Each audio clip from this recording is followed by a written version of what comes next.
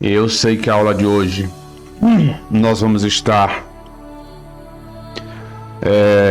aprendendo não só de Deus, mas também aprendendo da sua palavra, e eu entendo que esse momento para a gente é muito interessante. Afinal de contas, nós precisamos estarmos envolvidos no que diz respeito à obra de Deus, e eu ainda ontem dizia aqui para os irmãos em São Paulo da preocupação que tenho com algumas pessoas que infelizmente não estão fazendo a obra de Deus como deveria fazer, e por essas razões às vezes o trabalho acaba sendo feito de maneira relaxada, pois quando nós não queremos fazer a obra de Deus como deveríamos fazer, acabamos nos submetendo a algumas questões que biblicamente acabam me preocupando. E ainda hoje eu falava com uma ovelha nossa em Barrocas, que ontem foi ouvir um pregador lá em Serrinha, e depois eu vi algumas postagens, e eu disse para ela que só fechar aqui o volume, que eu acabava não me preocupando com essas questões pelo fato de que sei que muitas dessas pessoas estão fazendo a obra de Deus, porém não fazem na visão mais de ganhar alma. A visão, na verdade, de muitos desses homens são de fazer a obra de Deus, mas pensando em lucro material. E como servo de Deus que nós somos, a nossa preocupação deve ser outra. Esse renomado pregador, eu falei com ele para que ele viesse ministrar na nossa convenção, e quando tentei falar com ele, não foi atendido por ele. A recomendação dele é que eu deveria falar com a pessoa que fazia a agenda dele. A pessoa que fazia a agenda dele era a sogra dele, e a sogra me pediu 5.000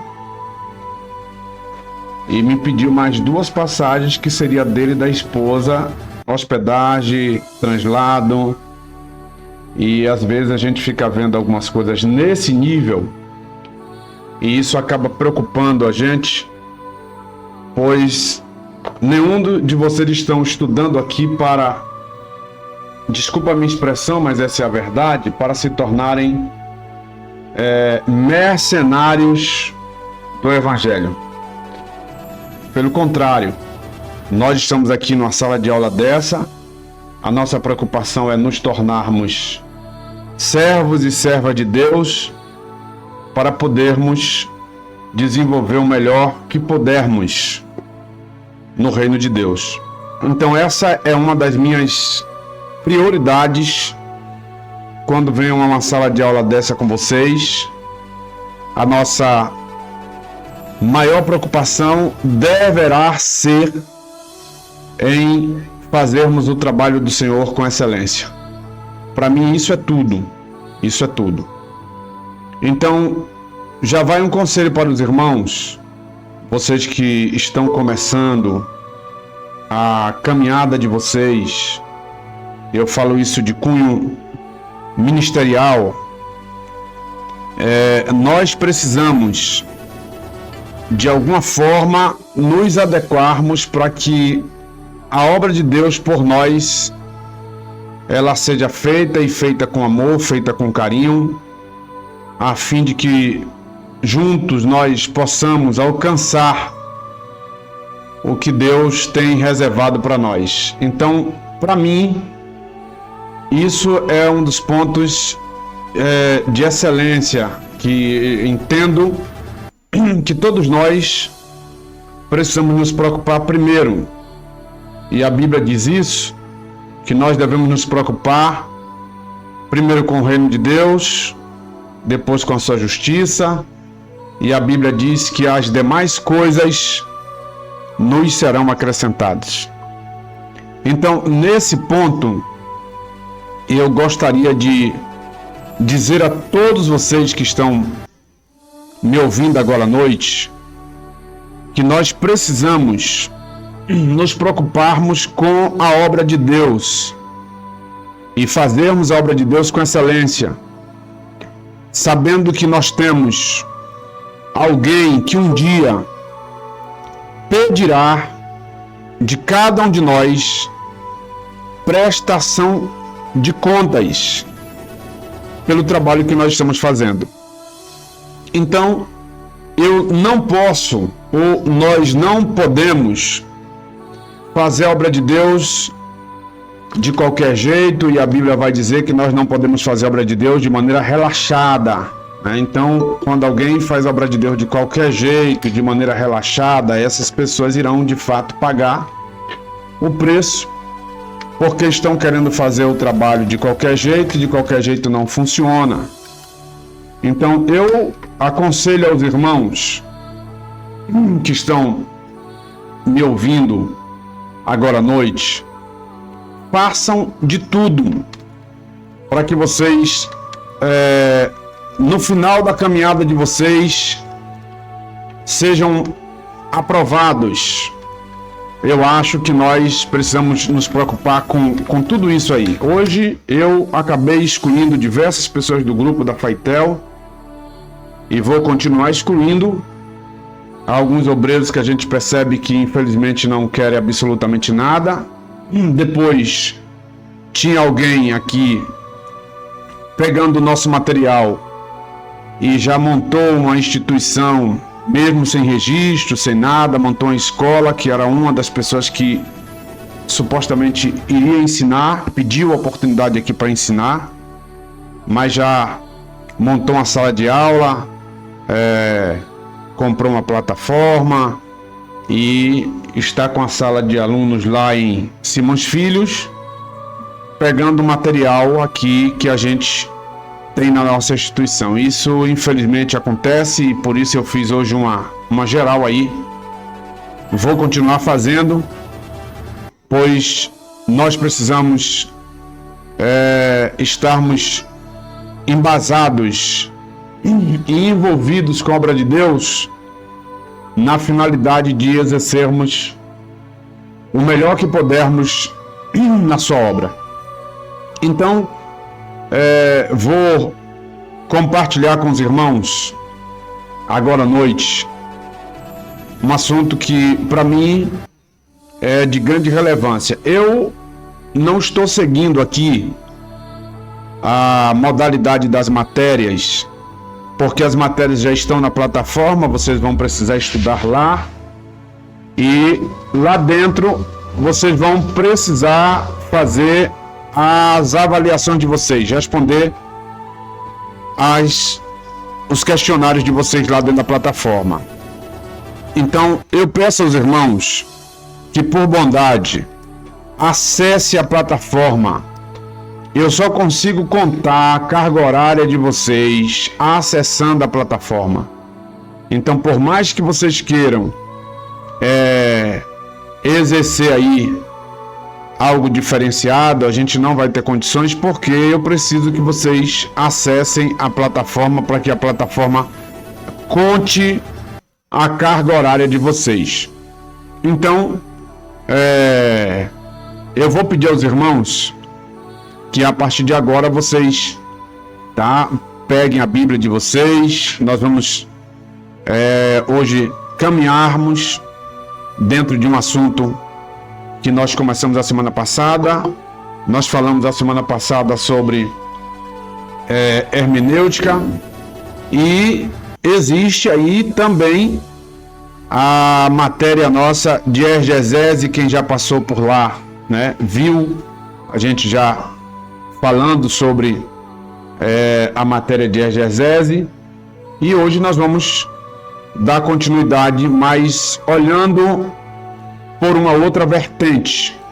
Então nós vamos tentar falar aqui, se não der para falar tudo hoje por conta do horário em que nós estamos começando, mas eu quero falar sobre a necessidade da interpretação da Bíblia, quero falar sobre os gêneros literários da Bíblia, a estrutura da Bíblia, a hermenêutica e a exegese, a primeira regra para interpretar a Bíblia, a segunda regra para interpretar a Bíblia, terceira regra para interpretar a Bíblia, quarta regra para interpretar a Bíblia, quinta regra para interpretar a Bíblia, coisas que a Bíblia não diz, e algumas dicas gerais de alguns materiais que nós vamos utilizar aqui. Então, pedir a vocês que estejam atentos a essa aula. O capítulo 1 da nossa aula diz o seguinte: a necessidade da interpretação bíblica. Essa é o tema que nós vamos discorrer, que é falarmos primeiro da necessidade de interpretar a Bíblia.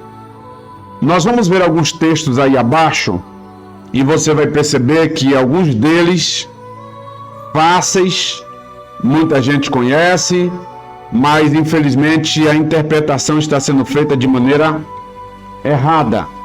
E essas interpretações feitas de maneira errada acaba gerando aí para muita gente transtornos, e alguns vão gerar alguns ventos de doutrina. Eu sempre falo isso aqui, vão criar alguns ministérios baseados nos seus próprios fundamentos, sem de fato conhecer a Bíblia, e conhecer, além de originais, não consegue fazer uma interpretação correta do texto bíblico, porque não conhece a regra nem da hermenêutica, nem tampouco a regra da exegese.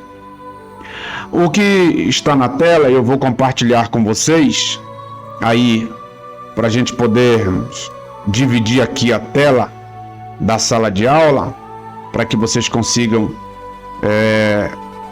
fazer um apanhado geral, e se alguém quiser printar a tela, tá bom? Está autorizado aí para a gente poder fazer o procedimento nosso. Então, a aula de hoje está dentro desses capítulos, e o primeiro fala sobre a necessidade da interpretação bíblica.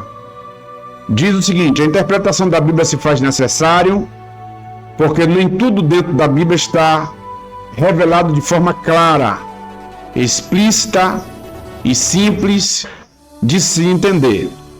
Claro que na Bíblia existem vários textos de fácil interpretação, textos que provavelmente até uma criança, ao ler, vai entender. Por exemplo, João, capítulo 3, o verso 16.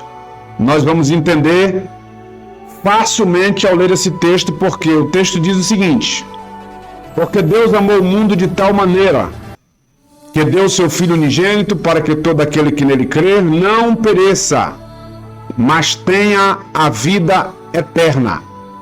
Então, se qualquer criança pegar esse texto na sala de aula, na escola bíblica dominical, e o professor perguntar a ele alguns pontos do que eu vou relatar para vocês aqui, a criança vai conseguir responder se ela frequentar a escola bíblica dominical, se seus pais de fato ensinam essa criança na sua própria casa. Literalmente, essa criança vai pegar esse texto da Bíblia e ela vai interpretar esse texto de maneira bem tranquila. Então, nós vamos a alguns pontos aqui relacionado a esse texto, que é um texto de fácil interpretação. Então, tem textos na Bíblia que é bem claro. Você lendo, automaticamente você já vai conseguir interpretar. Então, vamos lá. Provavelmente, se perguntarmos a uma criança quem é o pai que deu seu filho neste texto? O texto diz: porque Deus amou o mundo de tal maneira que deu seu filho unigênito para que todo aquele que nele crê não pereça, mas tenha vida eterna. Então, se alguém perguntar a uma criança quem é o pai que deu seu filho aí nesse texto, logo a criança vai responder que o pai é Deus. Se perguntar à criança quem é o filho citado no texto, a criança vai responder que é Jesus. Se perguntar à criança quem é o mundo que o texto está falando, que isso aqui é um texto ou uma palavra, eu já dei essa aula sobre hebraísmo, tá? Então, mundo aqui é um hebraísmo. Então, se alguém perguntar aí, né, a uma criança quem é o mundo, a criança vai responder: somos nós. Se perguntar à criança e aquele que crê, a criança vai responder que é os crentes. Então, esse texto é um texto fácil de interpretar. Então, essa, como diversas outras passagens da Bíblia, não é tão difícil de entender. Você automaticamente leu, automaticamente já vai interpretar o texto. Qual é o próximo ponto? Mas existem outros textos da Bíblia que são considerados complexos, que nos deixam com um nó na nossa cabeça e criam essas necessidades de buscar as ferramentas e os meios adequados para interpretá-la de maneira correta. Então você já sabe que ferramentas aqui, tá? Nós já explicamos o que é isso. Ferramentas são dicionários, ferramentas são concordâncias, ferramentas são bíblias e diversas bíblias, algumas delas de estudo. Então vai haver textos da Bíblia que vai ter a necessidade de recorrermos à ferramenta ou às ferramentas para podermos interpretar o texto, porque o texto não é um texto fácil de se interpretar. Então tem muita gente que, ao ler a Bíblia de qualquer jeito, irá interpretá-la do jeito errado e provavelmente repassará essa má interpretação e desinformação a outras pessoas também desinformadas. E é assim que surgem as seitas, é assim que vai surgir as heresias e assim frequentemente vão surgir aí diversas denominações baseadas em alguns textos mal interpretados, e por isso nós estamos vendo aí muita gente ensinando a Bíblia de qualquer jeito, e de qualquer jeito não vai funcionar, porque nós precisamos ler a Bíblia e interpretar a Bíblia de maneira correta. Pastor, por que isso acontece? Tá aqui, ó. Tudo por conta da má interpretação que fazem das Sagradas Escrituras. Então existe a maneira correta, mas também incorreta de interpretar a Bíblia, e quem diz isso não sou eu. Mas nós vamos ver que a Bíblia, ela mesma vai dizer tudo isso aí. Exemplo. O exemplo está aqui em 2 de Timóteo, capítulo 2, o verso de número 15. Paulo, escrevendo ao jovem Timóteo, vai dizer para ele assim: procura apresentar-te a Deus aprovado, como obreiro que não tem do que se vergonhar, que maneja bem a palavra da verdade. Então, a preocupação de Paulo é orientar o jovem Timóteo a procurar ser um obreiro aprovado. E a recomendação de Paulo é que o jovem Timóteo ele maneje bem a palavra da verdade. Então a gente vai perceber que aqui vai existir um original, tá? O que é procurar apresentar-te a Deus aprovado como obreiro que não tem do que se vergonhar, que maneja bem a palavra da verdade. Então a gente vai para um texto original e no final eu vou indicar uma Bíblia para vocês de versões originais que vocês vão ter aí online, que vai facilitar às vezes a transliteração de um texto desse da Bíblia para que você consiga entender mais fácil. Nesse versículo, Paulo exorta Timóteo a manejar bem a palavra da verdade, que é a Bíblia. Mas o que Paulo quer dizer com manejar bem, tá? Marca essa palavra na sua Bíblia. Manejar bem. O que quer dizer manejar bem? Quando Paulo diz isso, manejar bem no texto original, ele usa uma palavra grega. E quando Paulo usa essa palavra grega, ortotomeo, que quer dizer cortar reto. Em outras traduções, cortar em linha reta, cortar de forma reta.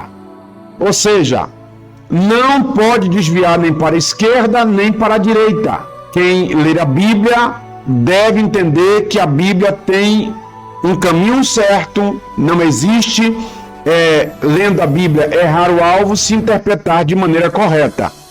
Então, ou nós nos aplicamos para fazer as interpretações corretas do texto bíblico, ou então nós teremos dificuldades em aplicar o texto de maneira correta, como Paulo vai dizer, em relação a manejar bem a palavra de Deus. Então, essa instrução de Paulo nos deixa subentendido que as Escrituras podem ser interpretadas tanto de maneira correta, quanto de maneiras incorretas. E quando alguém interpreta a Bíblia de maneira incorreta, literalmente vai gerar aí, no seio da igreja, algumas questões que algumas pessoas vão começar a aplicar, justamente porque leram a Bíblia de maneira incorreta. Então, todos nós que estamos aqui agora à noite, precisamos nos preocupar em interpretarmos a palavra de Deus de maneira correta, de maneira certa. E para isso, exigirá de nós a preocupação de estarmos diante de textos originais da Bíblia. Pastor, eu sou novo convertido, eu não sou obreiro. Não tem problema.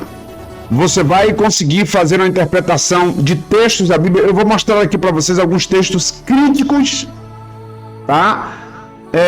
Do ponto de vista de uma má interpretação da Bíblia. Quando se interpreta esse texto de maneira correta, você vai entender, e os textos que eu vou colocar aqui, a maioria deles são textos que as pessoas leem, já ouviram alguém aplicar na igreja, pregar na igreja, mas levando o texto para um lado errado, que não é o que o texto quer dizer para nós. Então, o segundo exemplo aqui na Bíblia é Salmo 119 e o verso de número 18.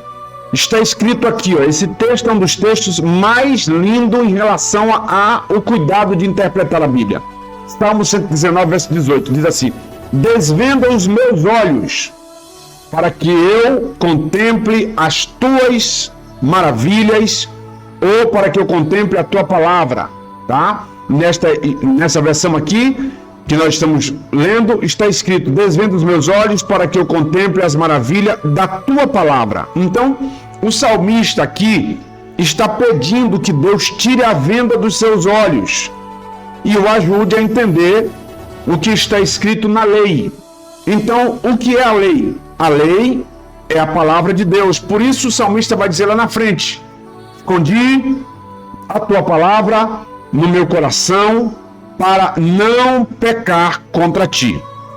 Isto mostra que o salmista, buscando em Deus a forma certa de interpretar e entender a palavra de Deus. Então, a gente vai perceber que alguns homens se tornaram homens, tá, conhecedores da palavra, se tornaram homens que Deus de alguma forma usou, está usando ainda. Por quê?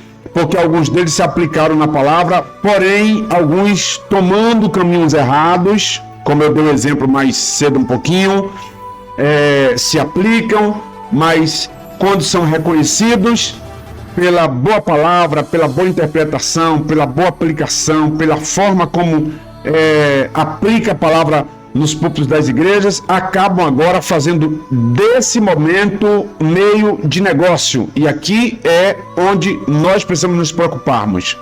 tá? Eu não sou contra um pregador, ele recebeu uma oferta onde foi fazer uma ministração, mas sou literalmente contra alguém exigir valores absurdos, exigir da igreja aquilo que às vezes a igreja não pode. E aí vai os irmãos para um sacrifício, justamente para tentar atender aquilo que um pregador pediu, porque os irmãos querem ouvir nas suas respectivas igrejas, mas infelizmente a coisa tem tomado rumos diferentes.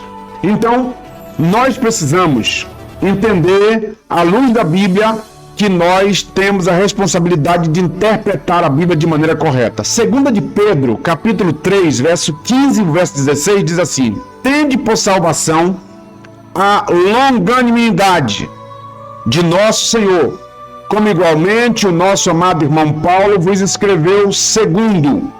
Aí, o próximo texto, segundo a sabedoria que lhe foi dada ao falar acerca desses assuntos, como de fato costuma fazer em todas as suas epístolas. Mas quais há certas coisas difíceis de entender que os ignorantes e instáveis deturpam, como também deturpam as demais escrituras para a própria destruição deles. Então, percebe que esse negócio de deturpar, tá? De desviar do alvo, de fazer as suas próprias interpretações, isso não é algo da agora, tá? A gente vai perceber que isso é algo já de muitos anos atrás. Porém, como servos e serva de Deus que nós somos, nós temos a responsabilidade de interpretarmos a Bíblia de maneira correta. Então, esse texto mostra que até o apóstolo Paulo viu dificuldade de entender algumas cartas de Paulo. Ou seja, o apóstolo Pedro viu algumas dificuldades de interpretar alguns textos do apóstolo Pedro. Segura um pouquinho, irmãos.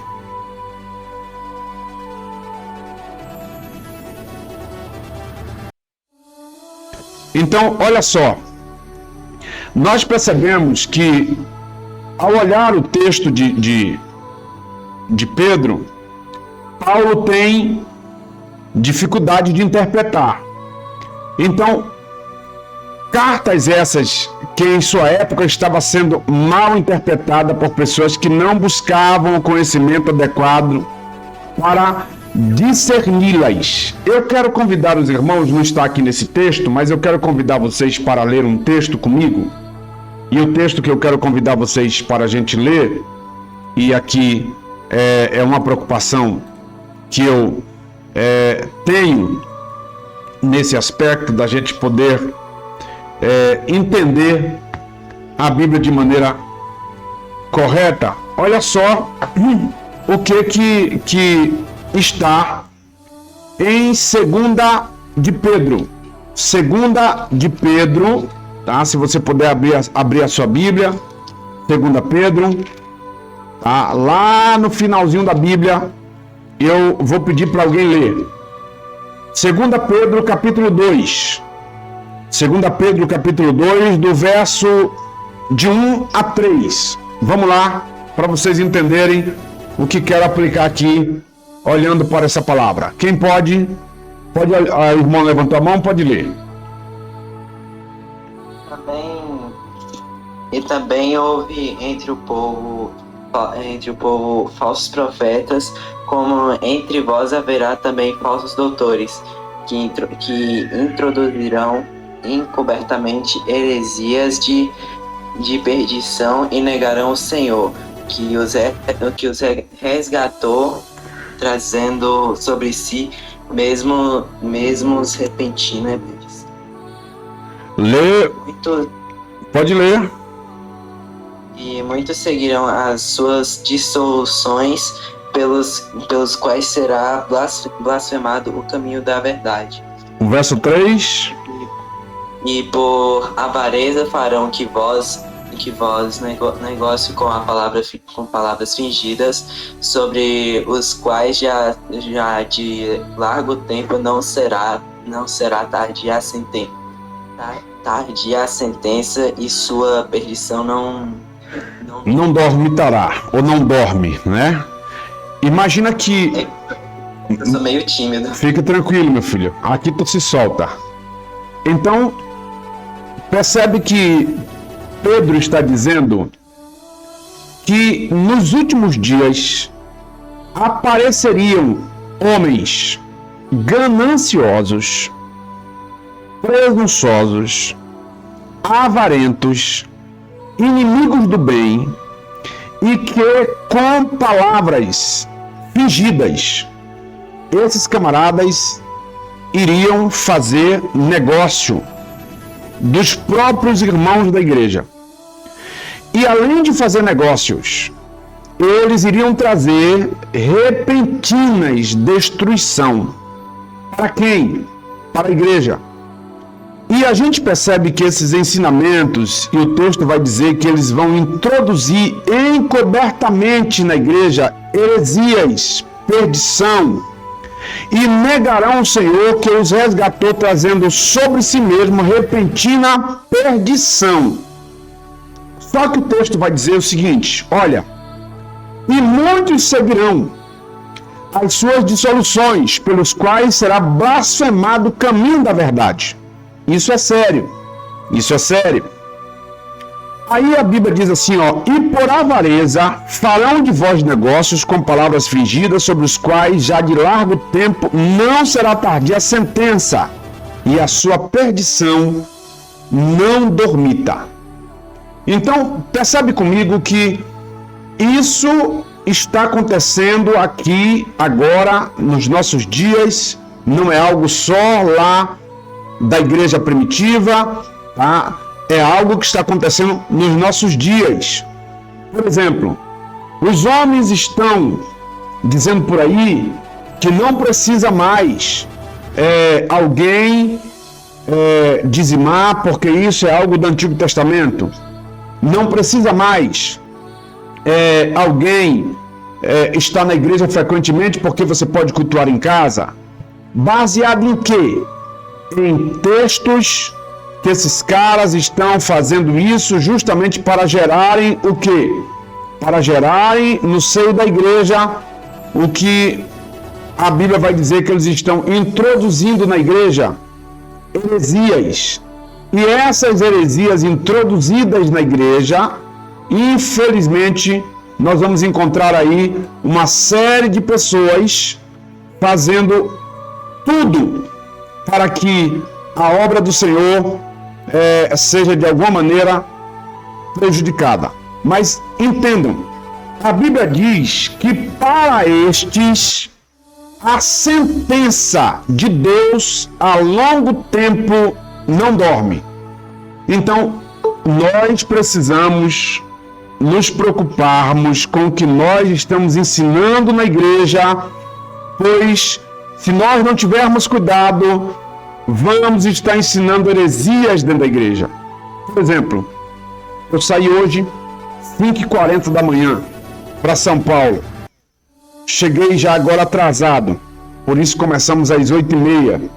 Eu tinha tudo para chegar aqui, tomar um banho e deitar. Eu já entrei praticamente correndo, o carro parou na porta, desci do carro, entrei correndo para montar o equipamento para a gente poder ministrar as aulas. Mas pensa comigo, irmãos, eu disse ontem na igreja, está tão difícil trazer obreiro para sentar para aprender a palavra.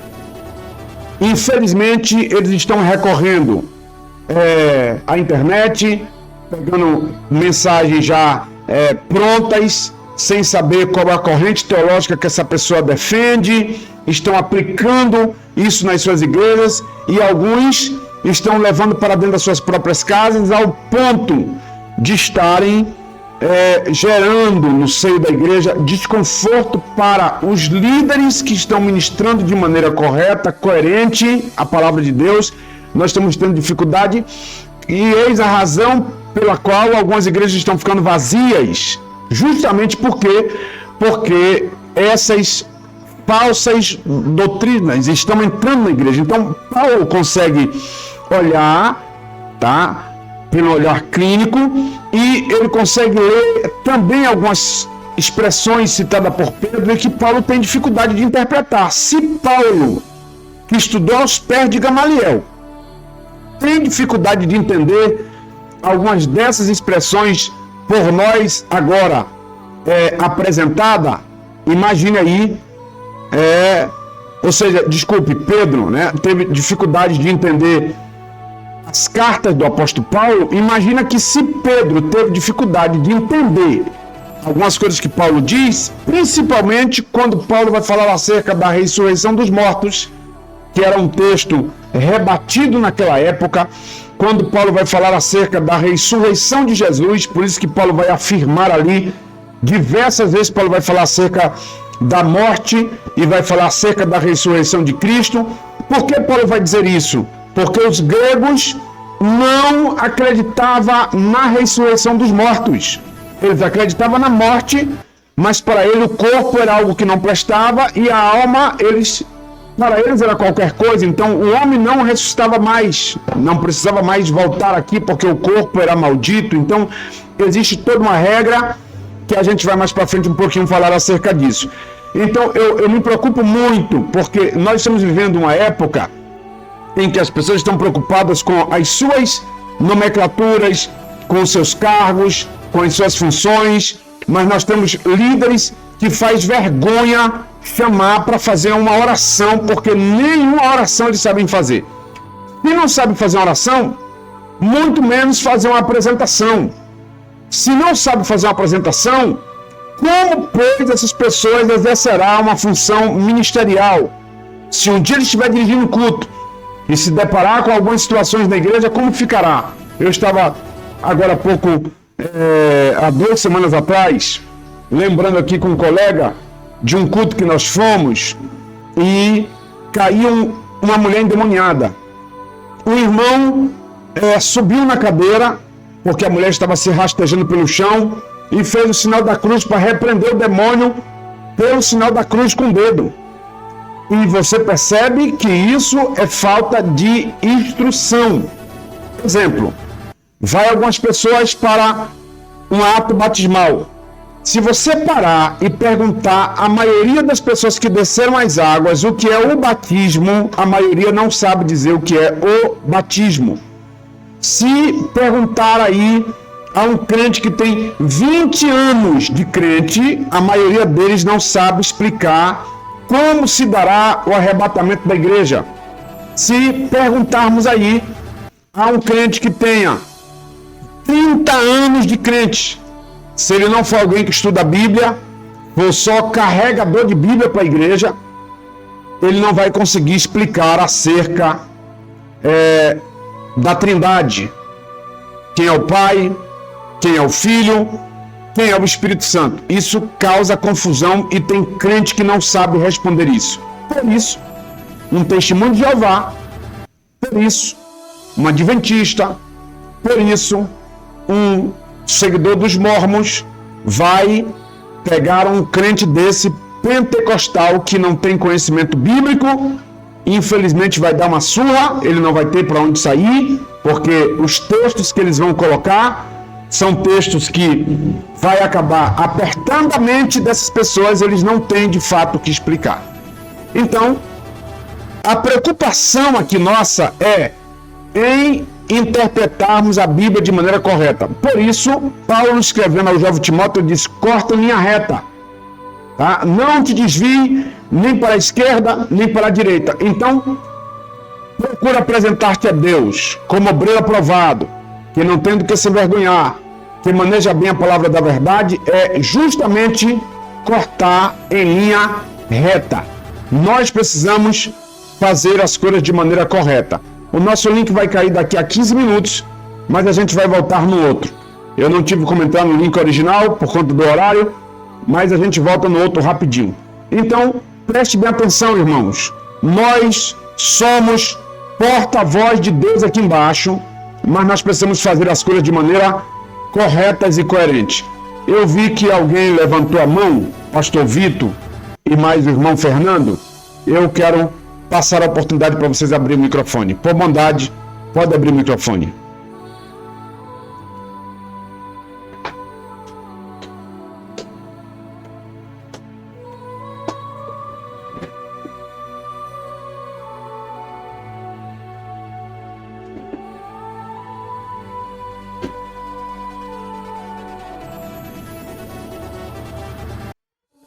Quem queria falar aí?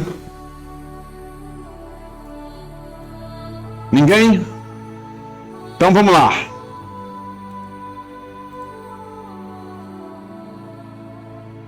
Pronto, o pastor Vitor disse que por ele pode seguir.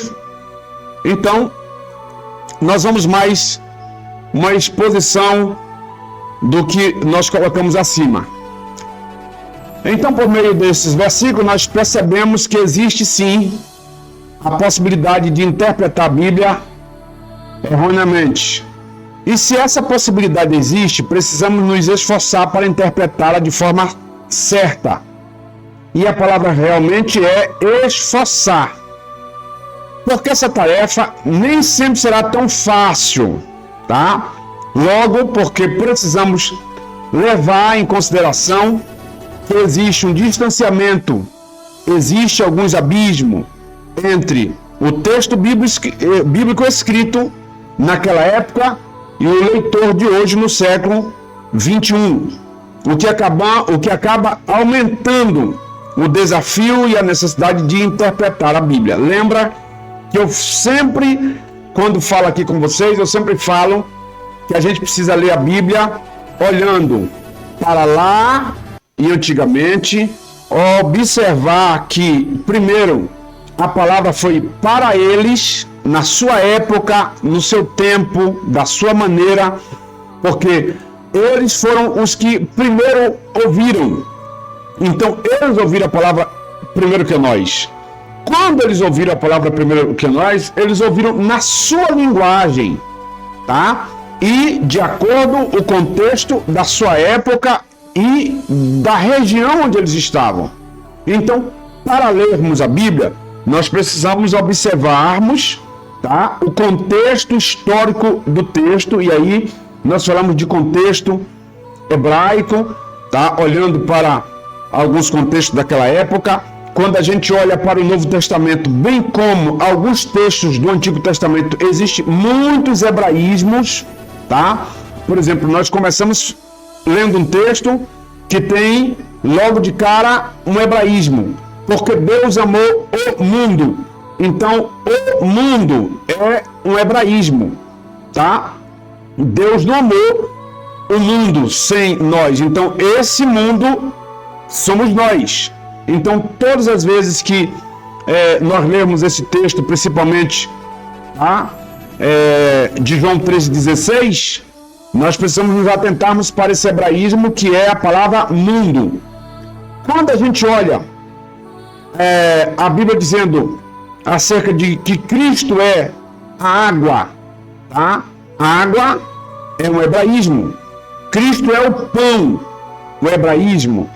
Então, você percebe que esse texto são textos figurativos para que a gente consiga entender a vertente daquilo que a Bíblia, de fato, quer falar para nós. Eu já dei essa aula de hebraísmo, é só vocês voltarem um pouquinho que vocês vão ver.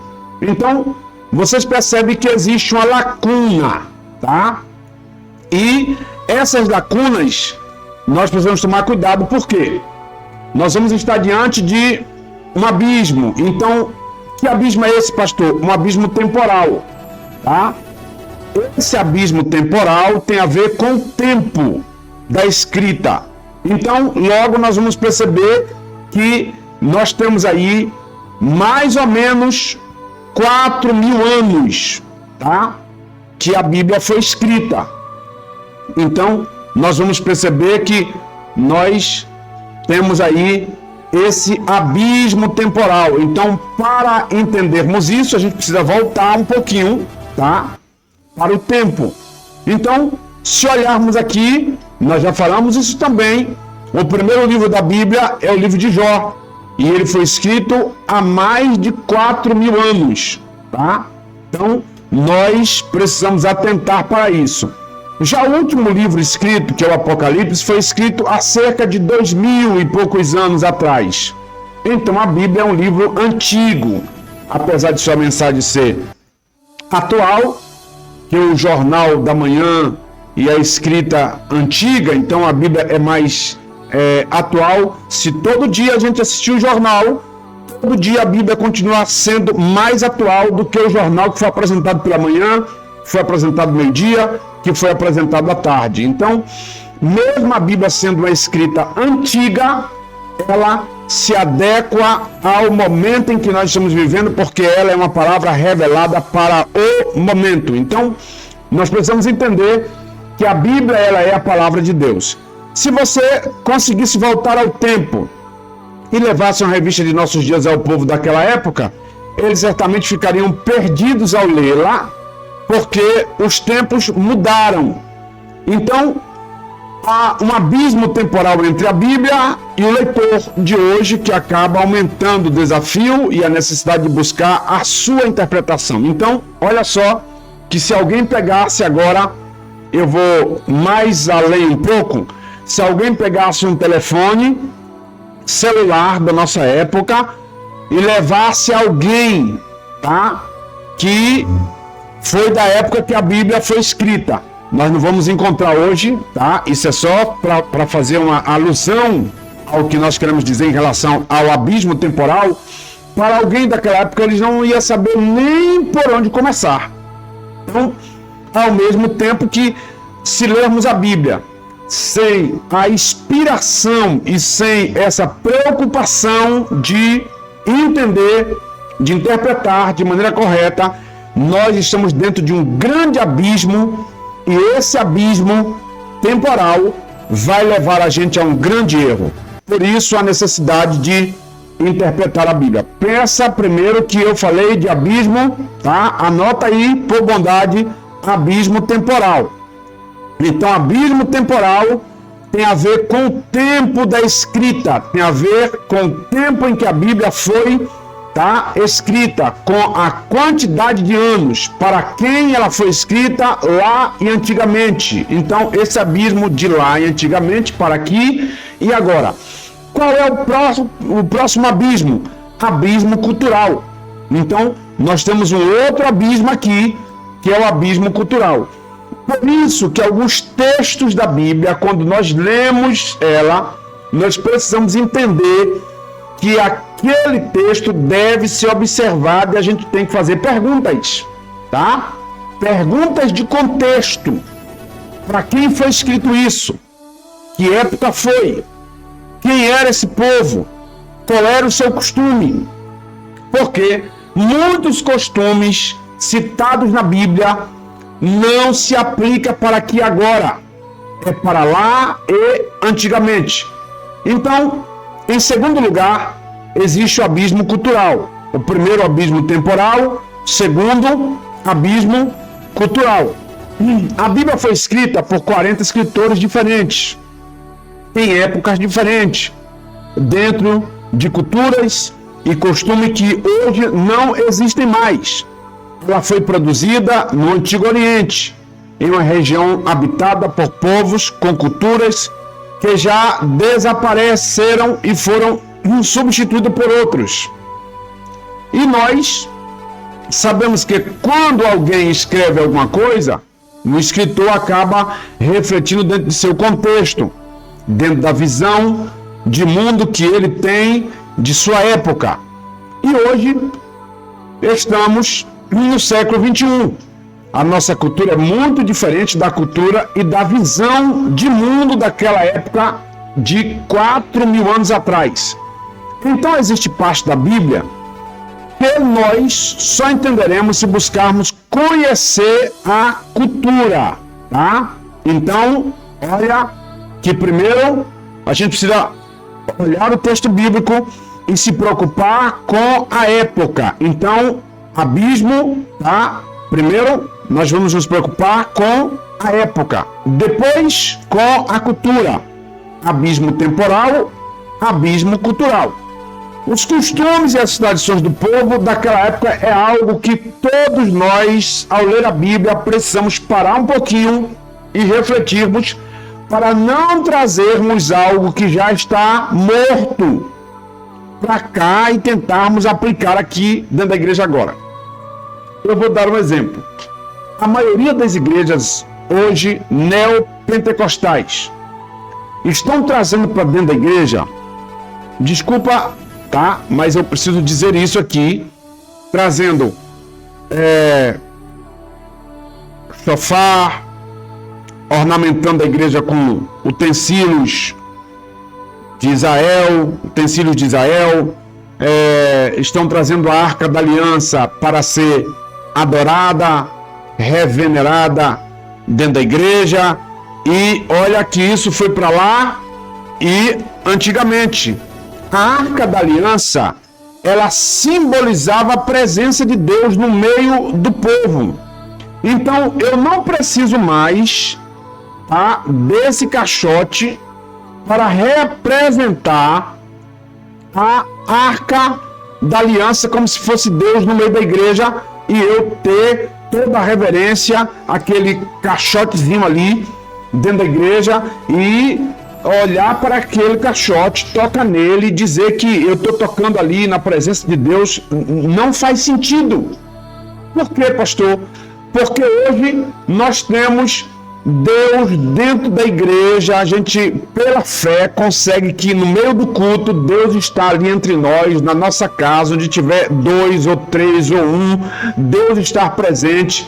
Então, nós não precisamos mais adorarmos, tá, a Arca da Aliança. A gente vai respeitar, tá, porque foi um símbolo sagrado, mas Deus não é mais representado pela Arca da Aliança dentro das nossas igrejas. Não há necessidade mais de chegar aqui na igreja e colocar uma estola sacerdotal e me sentir o mais poderoso de que todos os irmãos, porque eu estou vestido numa roupa que foi usada lá no tabernáculo. Mas tem igreja fazendo isso aí. Então, isso era a forma como Deus falava com o povo naquela época, como Deus precisou, se apresentar aos homens. Então, portanto, nós precisamos tomar cuidado com esse abismo cultural, tá? Porque se nós não tivermos cuidado com esse abismo cultural, nós vamos acabar aumentando o desafio de interpretação da Bíblia Sagrada. Qual é o outro abismo? Terceiro abismo, abismo linguístico. A linguagem que foi escrita a Bíblia lá e antigamente para aquele povo é diferente da linguagem nossa hoje, principalmente no Brasil. Eu estou falando para português. Então, esse é o terceiro abismo, o abismo linguístico. A Bíblia em seu texto original foi escrita em 3 idiomas e eu já disse aqui para os irmãos. Foi escrita em hebraico, aramaico e grego. Na aula passada, eu falei alguns livros da Bíblia escritos, tá? Que tem aramaico, exemplo de Daniel, dei exemplo para vocês de Jeremias. Se voltar à aula anterior, vocês vão ver os livros que tem alguns textos em aramaico no Antigo Testamento. Já o Novo Testamento, nós vamos encontrar, tá, a maioria dele escrito em grego. Então, nós vamos perceber que existe aqui um abismo linguístico entre a época que foi escrita a Bíblia e a nossa época agora. Então, nós percebemos que o Novo Testamento, ele foi escrito em grego, tá? Com uma única exceção, tá? Lembra aí, tá? Uma única exceção.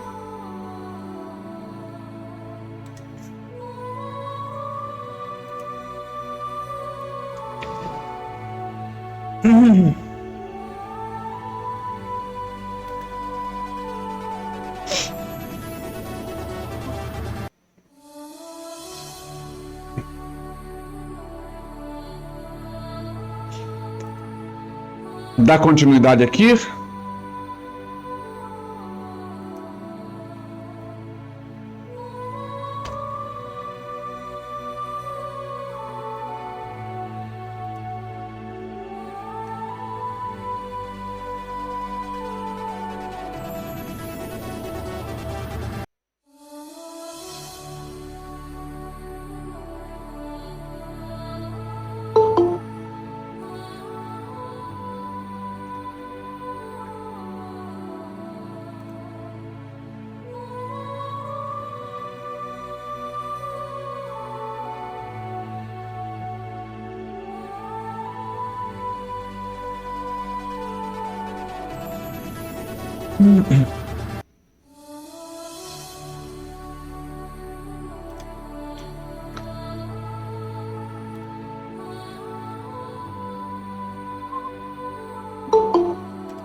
Se alguém puder repassar,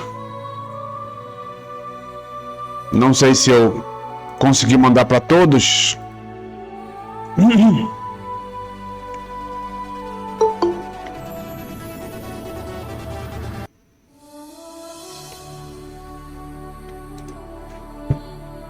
Nós vamos seguir mais 45 minutos. Se alguém tiver dificuldade, aí eu acho que ficou algumas pessoas para trás. Nós estamos só com 17. Nós vamos voltar à aula. Estou vendo o pastor Bira, pastor da nossa igreja em Camaçari. Alguns irmãos também aqui de São Paulo. No final aí, Bira, antes do senhor sair, eu não sei até que hora o senhor vai ficar por conta do trabalho, mas até o senhor sair, eu queria depois que o senhor fizesse um apanhado pra gente aqui, principalmente para os alunos. Nós temos alunos hoje de São Paulo, alunos de Minas Gerais, Alagoas, está com a gente aqui, e alguns também de algumas cidades da Bahia. Então, compartilhar a tela com vocês novamente. Se durante a aula alguém quiser fazer alguma pergunta, você já sabe que é só levantar a mão aí, que eu vou parar para que vocês consigam fazer a pergunta. Lembrar vocês que mais 45 minutos essa live cai e a gente volta numa outra. Então, nós vamos lá, tá? Lembra que eu estava falando que o Novo Testamento ele foi em grego, exceto o livro de Mateus, tá? Então, quando a gente lê o livro de Mateus, que segundo alguns estudiosos foi escrito em hebraico, tá? O livro de Mateus, que é do Novo Testamento, ele foi escrito em hebraico, mas pouco tempo depois também foi traduzido para a língua grega, mas os seus originais, as suas primeiras escritas foram em hebraico. Então a gente precisa olhar, tá, esse abismo linguístico aí, tá, que tem entre a escrita da Bíblia, a linguagem que ela foi escrita para a nossa época. Então a Bíblia foi escrita originalmente em hebraico, aramaico e grego. Essas foram as 3 línguas escritas da Bíblia. O problema é que o hebraico moderno, ou seja, o hebraico falado hoje em Israel, é diferente do hebraico bíblico, com diferença em escritas e pronúncia. O aramaico, por sua vez, é uma língua morta, que hoje não se fala mais, e o grego falado hoje é o demótico, e o daquela época era o grego koiné. Então era um grego, aliás, o grego era o grego koiné, fácil, tá, de falar. Então percebe que existe uma diferença muito grande de línguas que foram escritas na Bíblia que já morreram, mas elas foram traduzidas para a nossa linguagem. Portanto, nós percebemos que algumas Bíblias existem, e eu já falei aqui para os irmãos, textos adulterados, textos que no seu original não eram escritas ou não foram escritas da forma como está. Eu falei semana passada da inerrância da Bíblia. Quando a gente fala de inerrância da Bíblia, lembre, tá, que nós estamos falando de textos originais. A inerrância aponta para os primeiros escritos da Bíblia, os textos originais, os manuscritos originais. Hoje nós temos cópia. Então, o que está na nossa mão são cópias de textos originais. Então, a Bíblia ela é inerrante, ela é infalível, ela é a palavra de Deus. Então, todas as vezes que eu leio isso, ou que nós lemos isto, nós precisamos observar que esses textos têm a ver com os textos originais. Então, eu preciso, no mínimo, ter uma Bíblia próximo da original na minha casa. Eu já falei aqui, pastor, qual é a Bíblia que mais se aproxima da original? Uma Bíblia católica, uma Bíblia de Jerusalém. Então, nós precisamos tomar cuidado com isso. Quanto custa hoje uma Vulgata? Está na promoção no Mercado Livre, R$300. É interessante ter uma Vulgata em casa? Sim. Você não vai pegar uma Bíblia dessa para você abraçar ela e levar para a igreja. Essa Bíblia é uma Bíblia de pesquisa, para você colocar na mesa, para você ler, tá? Eu vou colocar aqui depois um link da Bíblia, que é uma transliteração, principalmente do Novo Testamento, de textos originais, para vocês que vão fazer leitura, que vão pesquisar a Bíblia, que para mim é algo de extrema importância, principalmente quando se trata de entender a Bíblia Sagrada. Então, eu digo a vocês que esses abismos, nós precisamos tomar muito cuidado com eles. Uma observação. Antes de tudo, é importante entender que a Bíblia é um livro divino, mas também um livro humano. Ou seja, ela é a palavra de Deus na linguagem do homem. Transmite o pensamento de Deus em roupagem humana. Foi escrita por homens em material terreno, mas foi revelada por Deus e inspirada pelo Espírito Santo. Então, nós precisamos entender isso.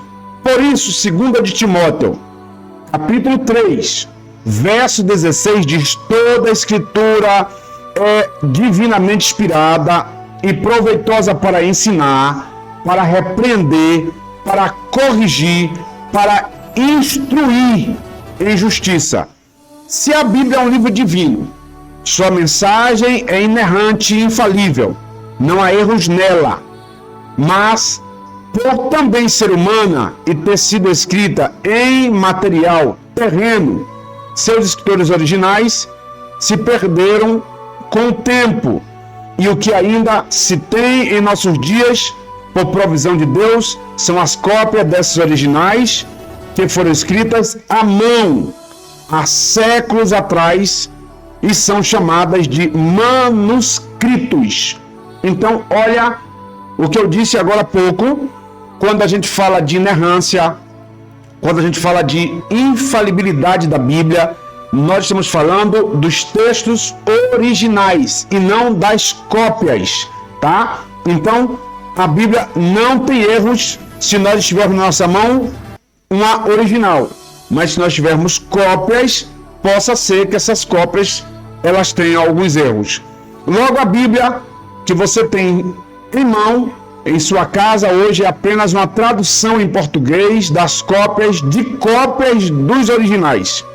Isso cria a necessidade de buscarmos todas as possíveis versões da Bíblia em português, para se fazer comparação entre elas e assim conseguirmos uma melhor compreensão do texto. Então, a primeira dica é: nunca estude em uma única versão da Bíblia. Temos diversas disposições aí, ou disponibilidades de Bíblias em português e que vai lhe ajudar muito. Por exemplo, Bíblia Revista Almeida Corrigida, agora já tem Almeida e Atualizada. Nova Versão Internacional, King James, Linguagem de Hoje. Aí nós temos Aplicação Pessoal, nós temos a Bíblia do Expositor, nós temos a Bíblia aí Thompson, nós temos a Bíblia Aplicada, nós temos a Bíblia Genebra, diversas versões de Bíblia. Eu postei aqui 50 Bíblias, todas elas de estudo. Tem alunos aí nossos que tem todos esses PDFs, e olha que eu coloquei todas em PDFs. Se você não tem condições de fazer um investimento de 200, 300 reais numa Bíblia, e ela tem PDF, está à disposição de vocês. Se vocês pedirem aí no grupo da Faitel, os alunos vão te mandar aí, tá? Todas essas 50 cópias tá? Em PDF de Bíblias em diversas versões. Pastor, para que isso? Para te ajudar a conhecer. Por quê? Porque como nós temos cópias de cópias, pode ser que de uma cópia para outra exista diferença. E aí, os homens que fizeram essas traduções, os copistas, podem ter, na hora, encontrado aí algumas palavras parecidas e foram lá e fizeram a tradução, mas desviaram da tradução, tá? Ou, aliás, da escrita original, colocando na sua tradução. Mais uma dica importante. Se a Bíblia é a mensagem de Deus para nós, é sinal que para entendê-la, antes de tudo, precisamos pedir a ajuda do Espírito Santo. Por quê? Porque ele foi o inspirador da Bíblia. No decorrer deste e-book ou deste ensino, você aprenderá como interpretar e entender corretamente a Bíblia. As ferramentas que você precisará usar, que eu já expliquei aqui para vocês quais são essas ferramentas. São dicionários, são Bíblias, são concordâncias bíblicas que vão te ajudar a entender a Bíblia da melhor maneira possível. Lembre-se, a Bíblia é o único livro que a gente pode ler na companhia do próprio autor. Então, todas as vezes que você pegar a Bíblia para ler, o autor dela está sentado com você, que é o próprio Deus e o Espírito Santo, para clarear a sua mente, para lhe trazer a interpretação espiritual. Claro que você vai precisar dessas ferramentas aí ao seu lado, que são o que nós colocamos para vocês aí, que são livros, concordâncias, Bíblia, dicionários, comentários bíblicos que vão te ajudar. Comentários existem diversos. Eu mesmo gosto de comentários, tá? Escrito por pessoas não brasileiras, principalmente americanos, que na minha cabeça, tá? Não menosprezando os demais, mas eles estão mais próximos dos originais lá do que nós aqui, numa distância muito grande. Por isso a necessidade, quem já respondeu a prova de bibliologia, eu quero aqui parabenizar o irmão Joelto pela nota que ele tirou na prova de bibliologia. Deus abençoe sua vida e continue lhe dando inspiração para compreensão e dedicação para ler a Bíblia. Então, um spoilerzinho para vocês. No próximo capítulo, você aprenderá quais são os gêneros, tá? Eu já falei disso, mas quero fazer mais uma vez menção sobre esses gêneros literais da Bíblia, ou seja, os diferentes tipos de textos e linguagens que existem dentro das Escrituras Sagradas. E isso vai começar a fazer você entender melhor esse tão poderoso livro que é a Palavra de Deus, as Sagradas Escrituras. Então, nós vamos ao capítulo de número 2. Até aqui, tem alguém que quer fazer alguma pontuação, quer colocar algum pensamento, quer fazer alguma pergunta? Eu estou à disposição, se não, passaremos para o capítulo 2. Se ficou alguma dúvida até aí, é bom que a gente coloque para já passarmos para o capítulo do número 2. Se o pastor Bira, ou se mais alguém quiser fazer alguma aplicação, está autorizado, pode abrir o microfone e finalizar. Só tocar na tela aí e abrir o microfone.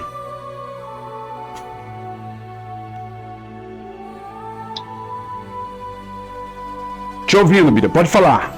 Fechou o microfone de novo, pode falar. Ok? Mais alguém? Pronto. Vamos ao capítulo 2. Quem? Marciane quer falar? Não? Então vamos ao capítulo 2. A Bíblia foi escrita em vários gêneros literários. Os que são gêneros literários, o que são gêneros literários? Eu já falei isso na aula atrasada, tá? Isso são os diferentes estilos de texto. Você sabe que até os filmes são divididos em gêneros. O caro leitor certamente já deve ter assistido um filme cujo gênero era comédia, ou drama, ou aventura, ou ação, ou animação, e enfim, tá? Nós, ao ler a Bíblia, nós precisamos entender esses estilos diferentes que são chamados de gêneros da Bíblia. A Bíblia tem diferentes gêneros. Então, o primeiro dois, tá? É uma aula que eu já dei, mas para a gente completar aqui a nossa linguagem, o primeiro gênero, o gênero literário, aliás, gênero narrativo. Nós já falamos de narrativa bíblica aqui, tá? O que são narrativas bíblicas? Então, nós precisamos entender que todas as vezes que lermos um texto bíblico, principalmente no Antigo Testamento, nós precisamos entender a narrativa do texto, pois texto sem contexto vai virar pretexto. Então, quando eu não conheço de narrativas bíblicas, quando eu não faço essa narrativa, quando eu não consigo compreender ela, é porque eu não li todo o texto que fala daquela narrativa que estou tentando ministrar na igreja. Lembrando os irmãos das perícopes. Quem já assistiu a aula aqui e viu a aula que eu dei sobre perícopes, que são textos que às vezes começa no capítulo, a gente na nossa cabeça começou naquele capítulo, mas o texto começou antes daquele capítulo, tendo em vista que os capítulos e os versículos da Bíblia não foram divididos de maneira correta. Por isso que um texto da Bíblia às vezes começa dentro de um outro capítulo e termina dentro de um outro capítulo. Por isso eu preciso ter noção dessas perícopes, que é quando o texto começa e quando o texto termina, tá? Então, nós vamos olhar quando se conta uma história com seus personagens. Isso é uma narrativa, essa narrativa tem os seus personagens, essa narrativa tem os enredos, vocês viram isso aí, e o que significa cada gênero literário desse. Então, a maior parte da Bíblia está dentro desses gêneros. Por exemplo, a criação do homem é contada de forma narrativa, assim como o dilúvio, os milagres de Jesus e diversos outros textos da Bíblia são narrativas, e essas narrativas são narrativas em gêneros literários, tá? Então, algo que aconteceu de forma literária. Nós vamos ao gênero musical. A Bíblia tem gênero musical, pastor? Sim, a Bíblia também possui gênero musical. Os salmos, por exemplo, são músicas. Por isso que todas as vezes que você ler um salmo, eu já disse aqui na sala de aula, nunca diga salmo capítulo de número 2, salmo capítulo 3, porque salmo não tem capítulo. Salmo é uma harpa, salmos é um inário. Então, quando eu leio os salmos, eu tenho que dizer, eu vou ler em salmo de número, tá? De número 2, salmo de número 3, salmo de número 133, salmo de número 91, salmo de número 121, verso tem, porque toda canção tem verso, mas não tem versículos e não tem capítulos. Por quê? Porque a Bíblia, os salmos, é gênero musical. Então, preste bem atenção, nunca diga salmo capítulo de número tal, porque você está falando errado, porque salmo é gênero musical e salmo não são livros, salmos são cânticos, salmos são inários, salmos são harpa. Gêneros proféticos, tá? Lembra que nas aulas anteriores eu nem falei de gênero profético, não falei de gênero musical.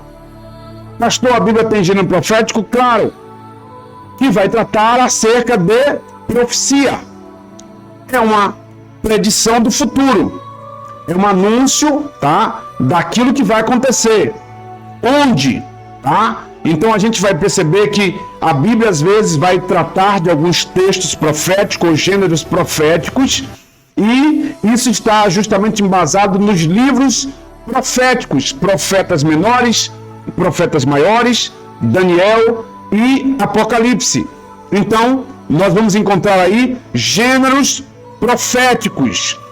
Todas as vezes que eu leio um gênero profético, eu tenho que procurar interpretar aquele gênero profético, ver o que vai aparecer ali naquele gênero, que vai aparecer alguns símbolos, e eu tenho que me atentar para esses símbolos. Exemplo, Pastor Vitor está lá em Barrocas, lendo a revista da Escola Dominical da CPAB. Quando foi dada uma aula domingo passado, e essa aula do domingo passado foi perguntado a eles lá na sala de aula, e a aula parou, porque a revista está baseada no livro de Apocalipse. Então, o capítulo 21, tá? Se alguém puder abrir a Bíblia aí, capítulo 21 de Apocalipse, aqui é mais um gênero profético, tá? Pastor Vitor passou aí 2 dias com o juiz do Ardeno, e a gente foi auxiliá-lo aqui. Ele já tinha feito algumas pesquisas e veio conversar comigo, e eu fui lá para embasar o que ele teria que explicar lá na igreja. Então, Apocalipse capítulo 21, está escrito: e vi um novo céu e uma nova terra, porque já o primeiro céu e a primeira terra passaram, e o mar já não existem. Olha as figuras que vão aparecendo aí, tá? O mar já não existe. E eu, João, vi a santa cidade, a nova Jerusalém, que de Deus descia do céu, adereçada como uma esposa ataviada para o seu marido. Só vou para aí, não vai valer para o pastor Vitor, nem vai valer para a pastora Luana, e nem vai valer para a missionária Érica, que está em Barrocas e que já me ouviu, já ouviu o pastor Vitor falar acerca disso. Mas a pergunta que quero fazer para os irmãos é: vocês podem me dizer qual é essa cidade que vai descer do céu? Alguém pode me dizer qual é a cidade? Pronto. Levantou a mão, pode responder, amigo. É a Nova Jerusalém. A Nova Jerusalém que vai descer do céu. E o que é essa Nova Jerusalém? A Cidade Santa. E o que é a Cidade Santa?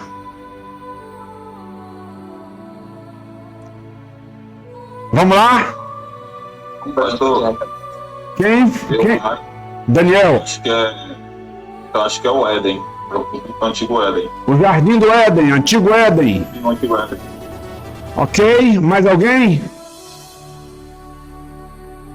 Gênero profético é o que nós estamos falando agora. Apocalipse é gênero profético. Irmã Lene. Não é Jerusalém transformada, pastor? A Jerusalém transformada. A qual Jerusalém? Se ela está descendo do céu, como é que ela vai ser transformada? Como que ela vai ser transformada? Assim, no meu ver, acho que ela vai passar por uma reforma que não vai haver pecado, não vai haver, né, nem guerra, nem porque, na verdade, Israel ele anda em guerra e muita destruição. E no meu ver, ela vai ser, né, como ela está guardada, ela vai descer transformada, é a forma de eu ver. Mas ela está guardada onde? Deixa eu ver, ela está guardada em um lugar reservado e como explicar? Mas está dizendo o texto que ela desce do céu, e vi descer do céu a nova, e vi um novo céu e a nova terra, porque já o primeiro céu e a primeira terra passaram e o mar já não existe. E eu, João, vi a santa cidade, a nova Jerusalém, que de Deus descia do céu. Então, de Deus descia do céu. Para estar no céu não tem pecado. Para mim, é como se ela estivesse guardada no céu, porque, na verdade, não tem só um céu, no meu ponto de vista, né? Que o apóstolo Paulo ele chegou a ver, na visão dele, ele foi até o terceiro céu. Então não há só um céu. Ok. Na suposição. Quem mais tem uma interpretação desse texto? Quem mais pode?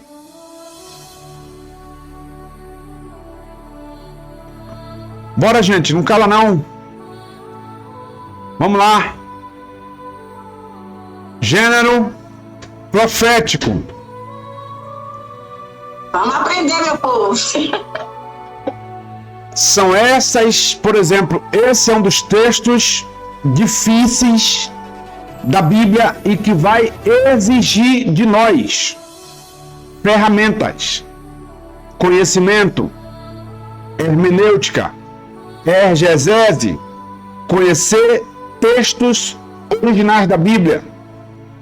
Pastor Vitor, se estiver me ouvindo, pastora Luana, quem estiver de Barrocas que já assistiu essa aula, por bondade pode expor para os irmãos o que é essa cidade. Olha só a necessidade de interpretar a Bíblia e conhecer a Bíblia.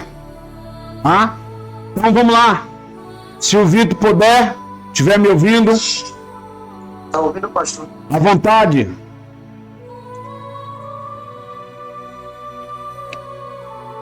Fazendo referência que desce do céu é a própria igreja. Uma vez ela já terá sido arrebatada por Cristo. A volta dela com Cristo. Tem como, Vitor, você expor para os irmãos por que a igreja?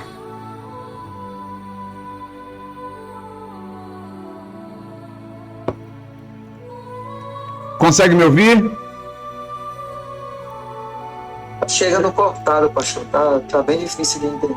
Eu vou explicar então aí. Segura aí. Olha só para os irmãos por que é a igreja. Tá?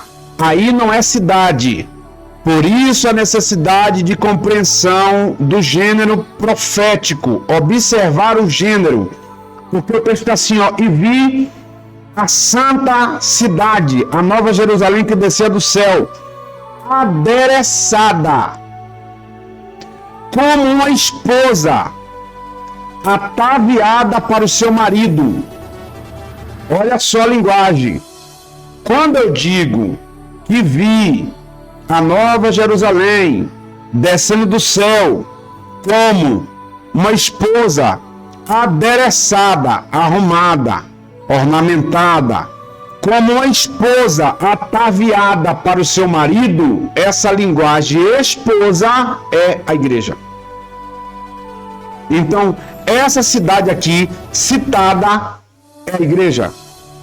Nós vamos encontrar diversas referências disso aqui, desse texto, inclusive de Apocalipse. Vitor, se você tiver com a referência de Filipenses, citada por Paulo, e se puder dividir com a gente, tá? Para a gente deixar isso claro, para mostrar para os irmãos, às vezes a necessidade de interpretar a Bíblia de maneira correta, a necessidade da ferramenta. Se nós não temos essas ferramentas, nós teremos dificuldade para a compreensão de gêneros da Bíblia. Então, presta bem atenção que todos nós que estamos aqui agora à noite, nessa aula, nós precisamos compreender qual de fato é a linguagem da Bíblia. Por isso que tentar fazer as coisas sozinho, sem ninguém para lhe auxiliar, e às vezes nós temos aí muita gente vaidoso e que não quer de hipótese alguma sentar para aprender com ninguém, porque já se acham alguns já, né, de gabarito pronto, não preciso de ninguém para conseguir alcançar o que eu quero, eu já consegui chegar aqui e para ele é o suficiente. Então, nós vamos precisar entender que a Bíblia tem sim as suas dificuldades, tá? Em alguns textos para a gente poder interpretar ela, mas não é difícil se nós pararmos para compreender a Bíblia de maneira correta. Então, por isso que há necessidade de nós entendermos a Bíblia. Quem puder ler para mim, Gálatas, capítulo 4, o verso de número 16. Quem puder ler para mim, por bondade, Gálatas, capítulo 4, verso 16. E alguém lê Hebreus, capítulo 11, o verso 10. Hebreus, capítulo 11, verso 10. Quem pode ler? Gálatas 4, 26.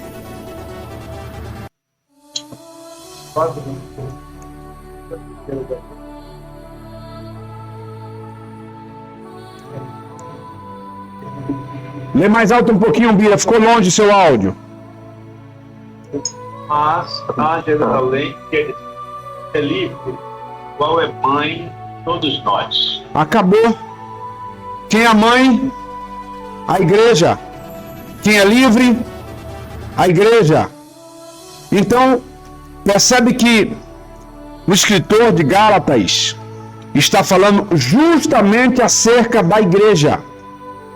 E se a gente observar aqui os textos que a gente vai vendo para frente, se alguém puder ler Hebreus capítulo 12, 22 a 24, mais uma vez apontando para a igreja.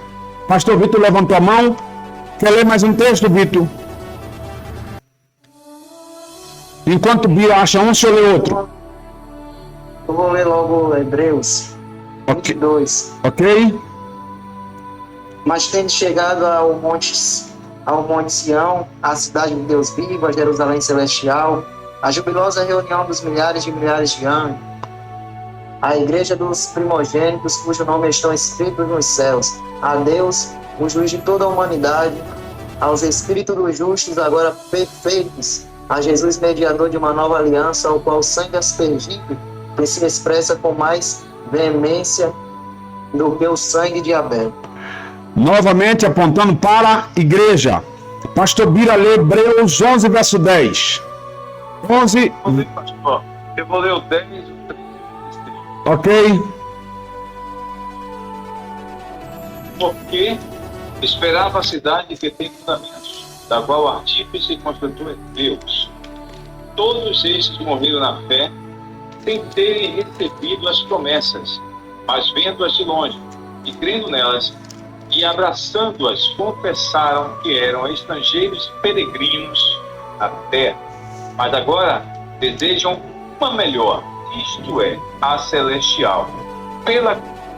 Pelo que também Deus não se envergonha deles, de se chamar seu Deus, porque já lhes preparou uma... Acabou. Então, quem desce? A igreja.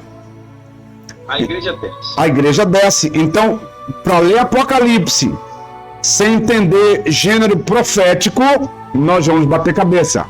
Isso é um texto simples, com dificuldades. Vamos lá. Se fôssemos ler Apocalipse para falar de mar de vidro. O que é o mar de vidro? O que é a mulher grávida? O que é a serpente correndo atrás dessa mulher no deserto? Aponta para que novamente? A mulher está grávida. Então, olha só, gênero profético. E se nós não nos atentarmos para interpretarmos esses gêneros proféticos da Bíblia, nós teremos dificuldades para entendê-la. Só para fechar esse texto, eu queria que alguém lesse Ezequiel 40 e o verso 48. Ezequiel 40, 48. Enquanto isso, irmã Lene está de mão levantada. Pode falar, irmã Lene.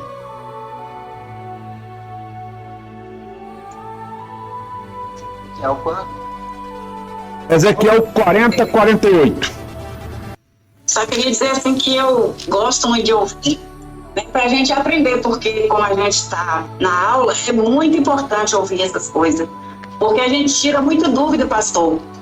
Num ponto que o pastor colocou aí, né, da mulher, é muito importante, porque esse texto aí, às vezes, a pessoa fica confusa ao ler, e se não tiver alguém que explique, é igual o Felipe lá com o Eunuco, né, se não tiver alguém que nos explique, como que a gente vai entender? Se não tem alguém para nos explicar. É muito maravilhoso. Eu agradeço a Deus, assim, por essas aulas que está sendo muito proveitosa.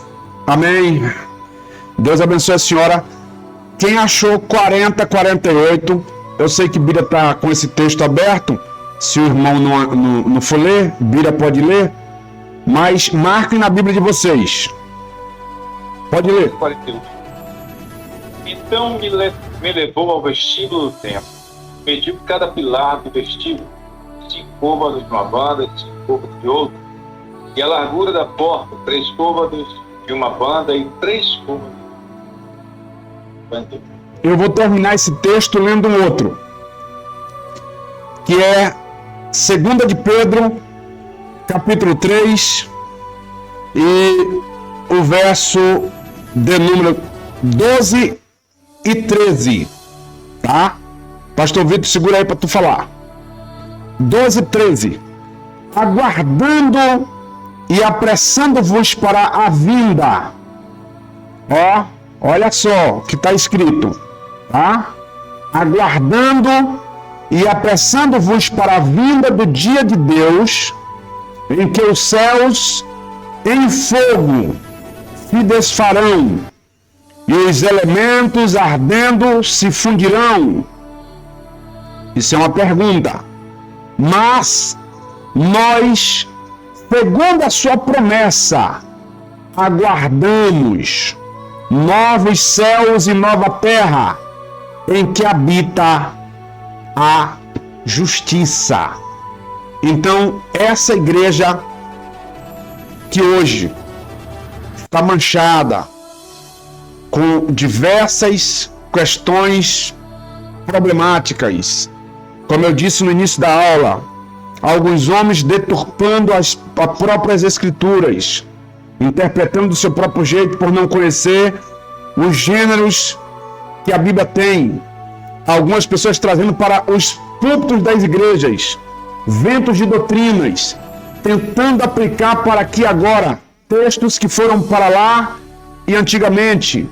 Então, eu acho que como eu, Pastor Bira, Pastor Vitor, pastores que estão aqui, Pastor Fabrício, nós que somos pastores de ovelhas, se nós pudéssemos carregar todos os irmãos para a igreja, para colocar na igreja no dia do culto de ensino, irmão, a gente saía catando de casa em casa, botando dentro do carro para a gente levar para colocar sentado para ensinar a Bíblia, dá uma angústia tão grande quando a gente chega no culto de ensino, que a gente ouve tanta desculpa, principalmente de obreiros.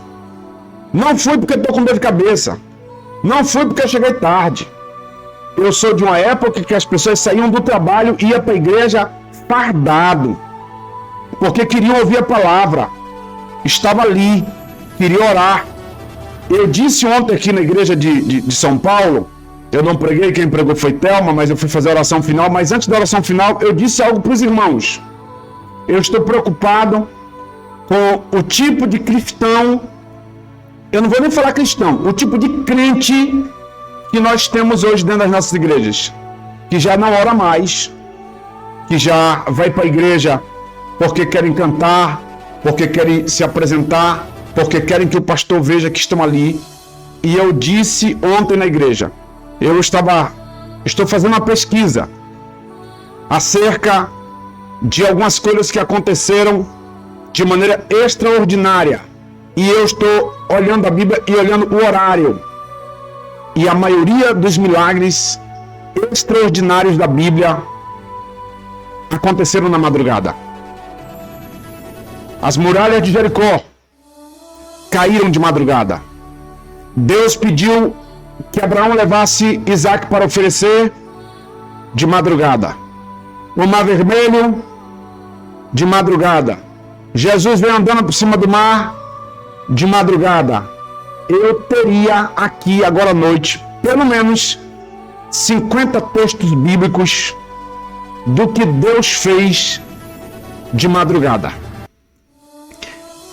Isso significa o quê, irmãos? Essa hora é uma hora de guerra, hora de oração, hora de parar para conversar com Deus.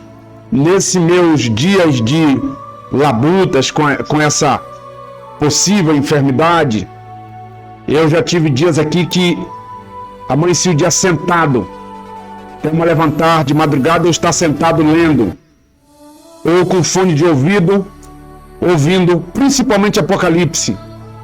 Então, por quê? Eu tenho a responsabilidade de um dia me apresentar diante de Deus, mostrar a Ele as minhas mãos e prestar conta do rebanho que Ele me entregou. Se você me perguntar assim, pastor, tem dia que o senhor sente dores? Tenho. Ontem mesmo eu dormi, antes de dormir, pedia para a turma colocar a mão do lado da minha barriga, Fabrício, um bolo do lado, minha filha, e sentindo dores. Hoje saí 5h40 da manhã para São Paulo, quase 300 quilômetros, cheguei já agora à noite, na correria.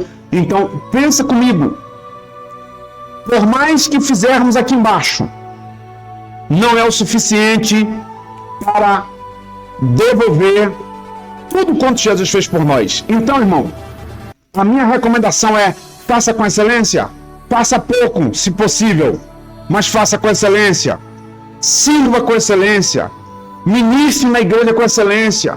Se você sabe que você vai ministrar na semana seguinte ou na semana em que você foi avisado, pare, pegue Bíblia, pegue algo para estudar, não se envergonhe de chegar num grupo de amigos e perguntar, olha gente, eu vou ministrar essa palavra, eu tive esse entendimento, mas você consegue me ajudar aqui, o que significa isso? Isso não é vergonhoso, isso é o correto para você não chegar na igreja e tentar aplicar na igreja algo que vai gerar dificuldades no seio da igreja, tá? Pastor Vitor está com a mão levantada, possivelmente quer falar.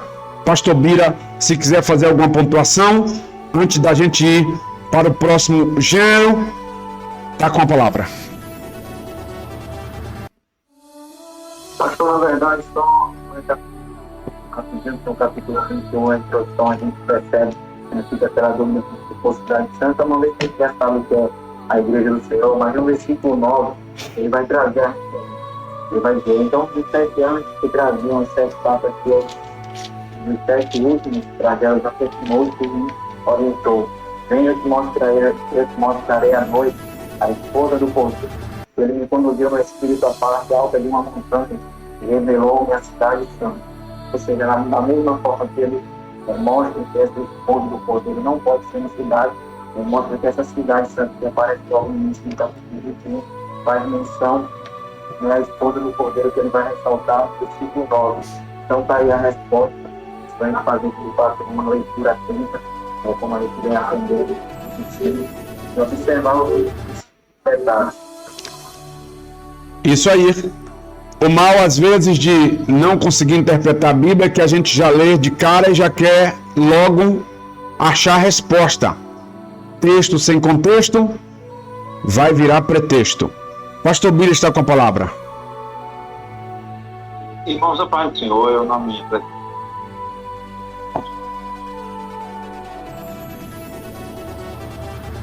no andamento. Então, quando a gente pega no andamento, a gente fica meio baratinado, mas a gente vai pescando aqui e ali e consegue alcançar mais ou menos o ideal. Tá.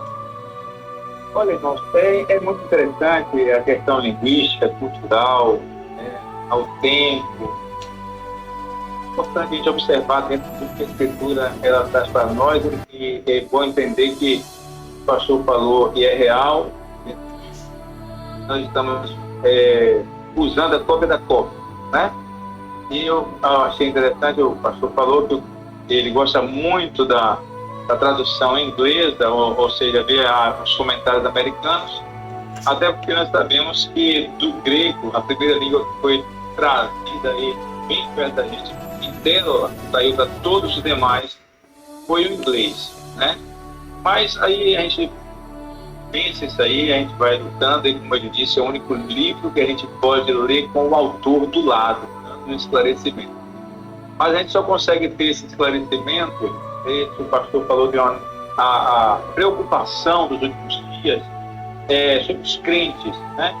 E essa preocupação, ela está pairando no coração de algumas pessoas que sabe que daqui a um dia pode sair da terra. E qual é a qualidade do crente que vai dar sequência a esse trabalho? qual é a qualidade do crente que vai administrar. E nós não, eu faço parte da geração do arrebatamento e você também, mas nós podemos ser tirados antes disso, né? Então, quem vai dar sequência a isso? Como estarão esses ensinamentos? O que a igreja de então receberá desses obreiros? Tem instrução. E o que mais me pega é a questão da intimidade com Deus. Então, o cristão que não luta, que não prima por uma intimidade com Deus, que é o autor desse livro sagrado, tá? Ele não conseguirá jamais sustentar essa mensagem por muito tempo. Por que a Jerusalém ela é a igreja? Né? Ela é reportada para a igreja. E já está acabando aqui. Tem 15 minutos, meu. Mas aí, olha só. Quando a gente vai ver a chamada de Abraão, o pastor falou de Abraão, etc. Vai ver a chamada de Abraão. Abraão saiu da terra dele, de uma terra estranha, que ele não conhecia. Mas, eu vou falar uma coisa aqui, se eu estiver equivocado, o pastor Valdeiro mais. No primeiro livro da Bíblia, capítulo 1 mesmo, fala de Bereshit. E Bereshit quer dizer morada de Deus, né? Então, uma vez Davi, ele se preocupou, porque ele morava em um palácio e Deus morava em tenda. Então ele disse, eu vou fazer um templo para Deus, e Deus argumentou com ele, que estava pedindo alguma coisa. Mas que honrar o coração dele, mas ele não conseguia, irmão, até porque não habitarei em irmãos. Então, Bereshit, templo de Deus, morada de Deus, Deus estava fazendo lá no início, era uma morada para ele. Tanto assim que terra e céu era uma grei única, né? Adão falava com Deus no momento que queria, Deus vinha falar com Adão no momento que queria. Não tinha essa divisão, esse afastamento. Então, essa leitura que o pastor Vitor fez agora, esse versículo, aí mostrou para João, mostrou a igreja, os santos. Obviamente, a igreja é a morada, né? É o que tratando e aprendendo com o pastor Valdir. João 14, 23 diz, se alguém me ama, guardará a minha palavra e o Pai o amará. E viremos e faremos nele o quê? Morada.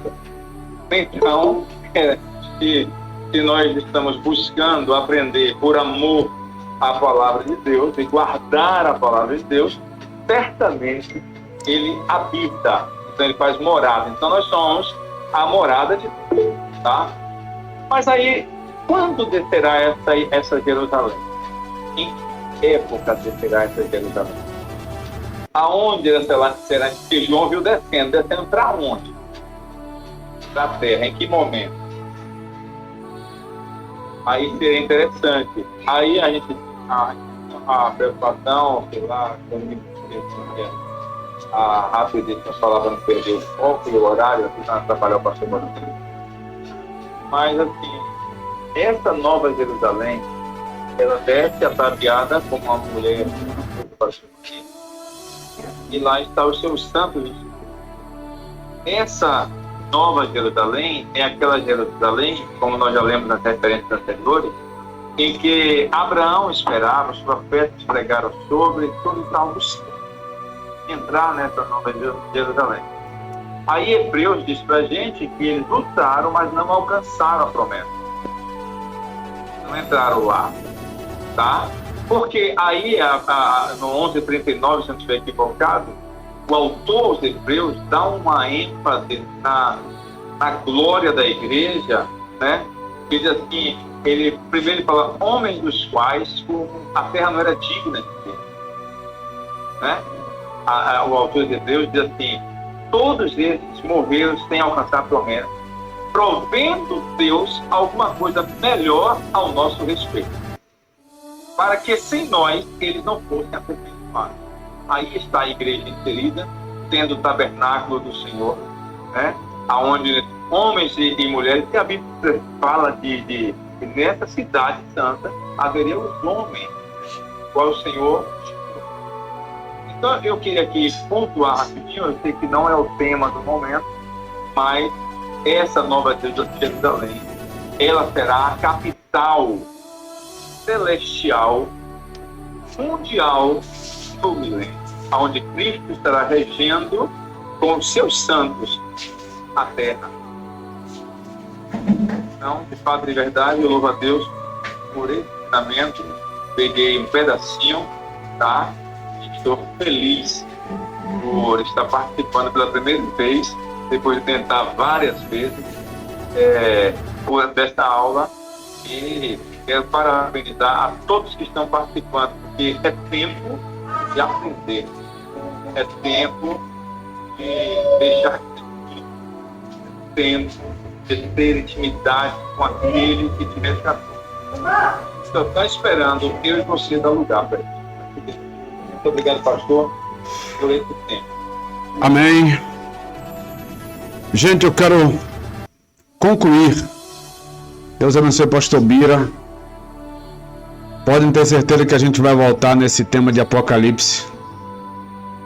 Essas datas também é um gênero da Bíblia.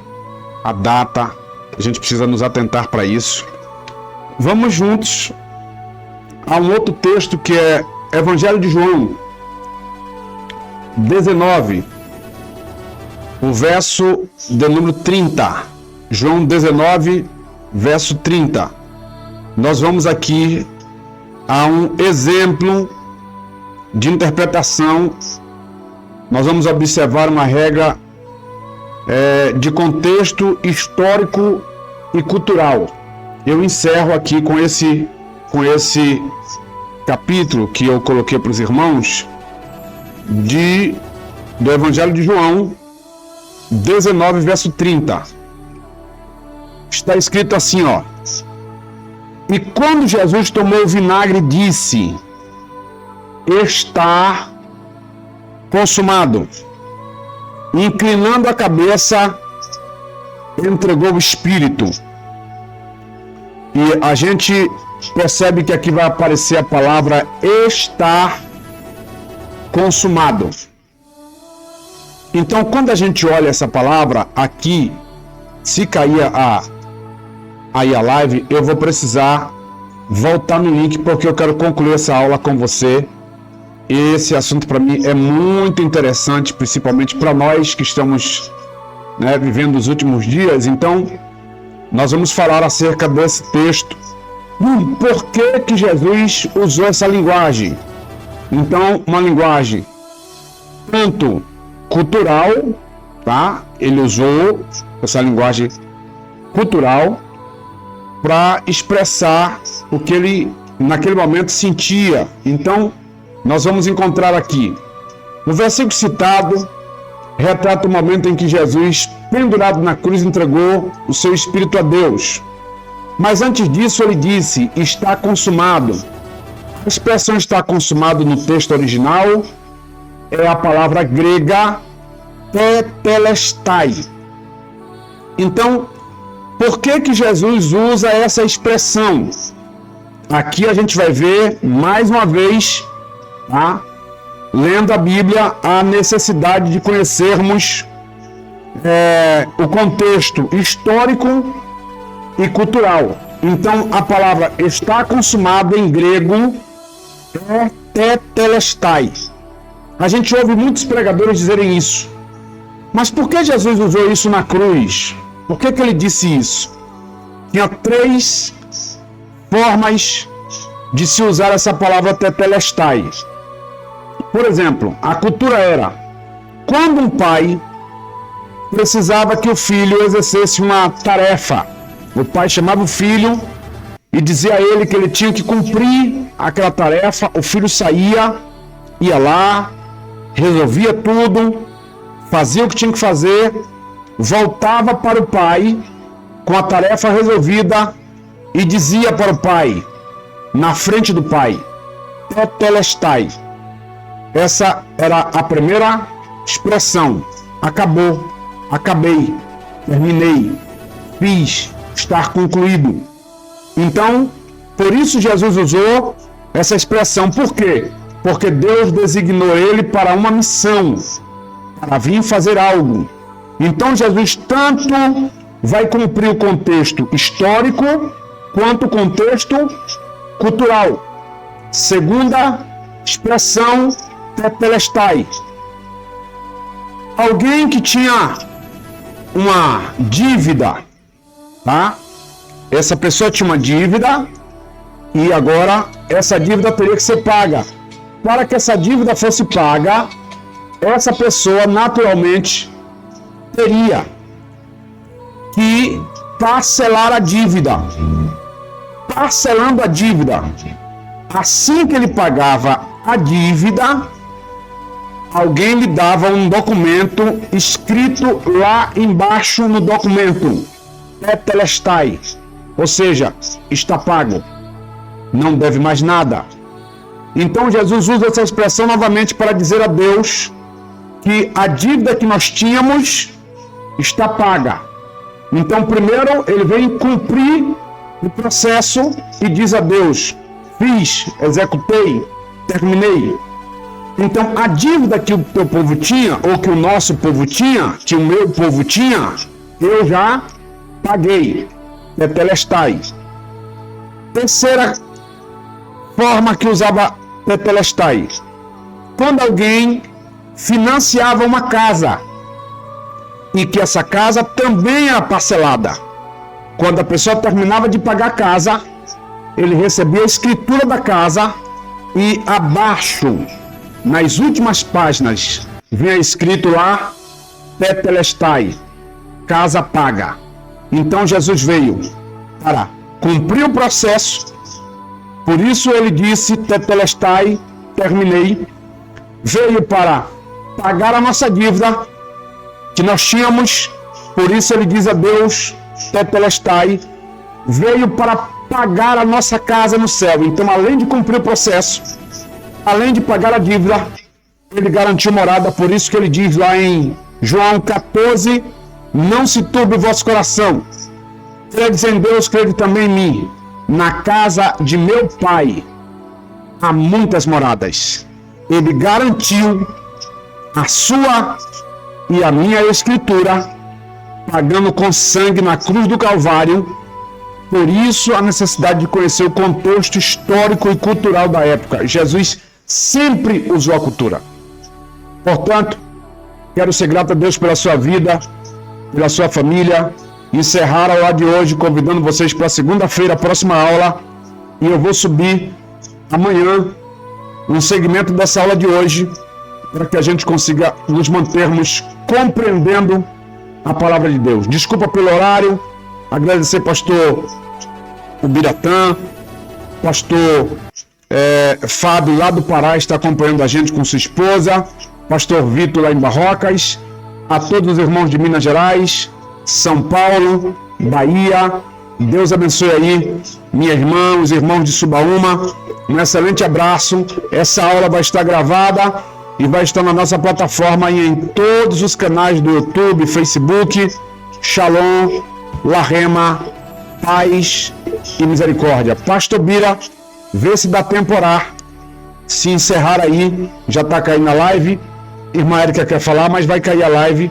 Pastor Bira pode orar. Se vocês quiserem, pode ir lá no grupo do WhatsApp e fazer as perguntas necessárias.